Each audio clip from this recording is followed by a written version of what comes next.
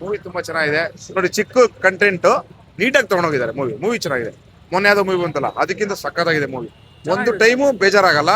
Interview ಹೆಂಗ್ ಬಂತು ಅಂತ ಗೊತ್ತಿಲ್ಲ. ಲಾಸ್ಟ್ ಒಂದ್ ಸ್ವಲ್ಪ ಶಿವಣ್ಣನ್ ಚೆನ್ನಾಗಿ ತೋರಿಸಿದ್ದಾರೆ. ಉಪೇಂದ್ರ ಅವ್ರ ಆಕ್ಟಿಂಗ್ ಗೊತ್ತಲ್ಲ ನಿಮ್ ಮೊದಲೇ, ರಿಯಲ್ ಸ್ಟಾರ್, ಸೂಪರ್ ಆಕ್ಟಿಂಗ್ ಚೆನ್ನಾಗಿದೆ. ಮೂವಿ ಚೆನ್ನಾಗಿದೆ.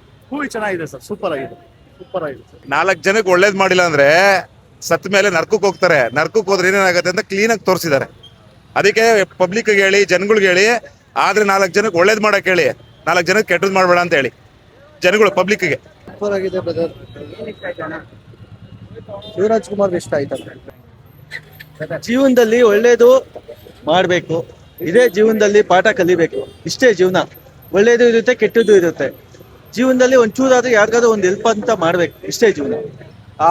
ಆಕ್ಚುಲಿ ನಾನು ಈ 45 ಸಿನಿಮಾ ನೋಡ್ಬೇಕು ಅಂತ ಬನ್ನಘಟ್ಟೆಯಿಂದ ಬಂದಿದ್ದೀನಿ. ನೆಗೆಟಿವ್ ಯಾರ ಮಾತಾಡ್ಕೊಳ್ಳಿ, ಫಸ್ಟ್ ಫ್ಯಾನ್ಸ್ ವಾರನ ಬಿಟ್ಬಿಟ್ಟು ನಾಳೆ ಸುದೀಪ್ ಅಣ್ಣ ಸಿನಿಮಾ ಕೂಡ ರಿಲೀಸ್ ಆಗ್ತಿದೆ. 45 ರಿಲೀಸ್ ಆಗಿದೆ.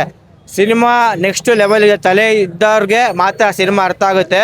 ಇವತ್ತು ಉಪೇಂದ್ರ ಸರ್ನ ಹಾಕೊಂಡು ಶಿವಣ್ಣನ ಹಾಕೊಂಡು ಏನು ಸಿನಿಮಾ ಮಾಡಿದ್ದಾರೆ, ಅದಕ್ಕೆ ನೆಕ್ಸ್ಟ್ ಟ್ಯಾಲೆಂಟೆಡ್ ಬೇಕು.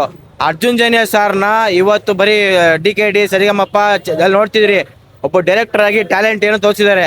ಶಿವಣ್ಣನ ಇದು ಡಿಫ್ರೆಂಟ್ ಗೆಟಪ್ ಅಲ್ಲಿ, ಉಪೇಂದ್ರ ಸರ್ನ ಡಿಫ್ರೆಂಟ್ ಗೆಟಪ್ ಅಲ್ಲಿ ಇದೆ. ಕನ್ನಡ ನಿಮಗೆ ಒಳ್ಳೆ ಸಿನಿಮಾ ದಯವಿಟ್ಟು ಕೈ ಮುಗಿ ಬೆಳ್ಕೊಳ್ಳೋದು ಏನಂದ್ರೆ, ಯಾವ ಫ್ಯಾನ್ಸ್ ವಾರ ಇಲ್ಲ. ನಮ್ಮ ಸುದೀಪ್ ಅಣ್ಣ ಆಗಲಿ, ದರ್ಶನ್ ಸರ್ ಆಗಲಿ, ಅಪ್ಪು ಸರ್ ಆಗಲಿ, ನಮ್ಮ ಶಿವಣ್ಣ ಆಗಲಿ, ಎಲ್ಲರೂ ಕನ್ನಡ ಸಿನಿಮಾ ದಯವಿಟ್ಟು ಕೂಡ ನಾಳೆ ಕೂಡ ಸಿನಿಮಾ ಬಂದು ನೋಡ್ಬೇಕು ಅಂತ ಕೇಳ್ಕೊಂತ ಇದೀನಿ.